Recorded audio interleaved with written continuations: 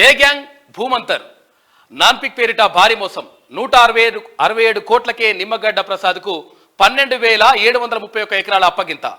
ప్రతిగా జగన్ కంపెనీల్లోకి 854 కోట్ల ముడుపులు మళ్లింపు 2012లోనే ఛార్జ్షీట్ దాఖలు చేసిన సిబిఐ అంటూ ఒక వార్త కనిపిస్తా ఉంది.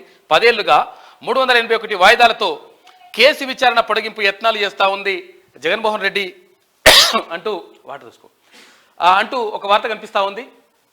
అయితే మొత్తం మీద ఇక్కడ ఒకరిపైన అంటే ఇసుక దందా చేశారు.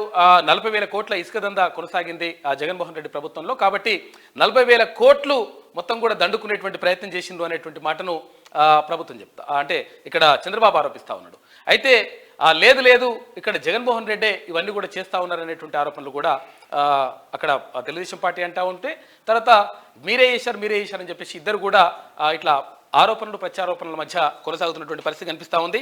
జగన్ తన తండ్రి అధికారాన్ని అండగా చేసుకుని సొంత కంపెనీల్లోకి అక్రమంగా పెట్టుబడులను రాబట్టుకున్న తీరుపై సిబిఐ నమోదు చేసిన 11 కేసుల్లో వాన్పిక్ కుంభకోణం ఒకటి.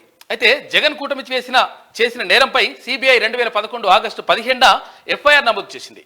దర్యాప్తు అనంతరం నిందితులపై 2012 ఆగస్టు 17న అభియోగ పత్రం దాఖలు చేసింది.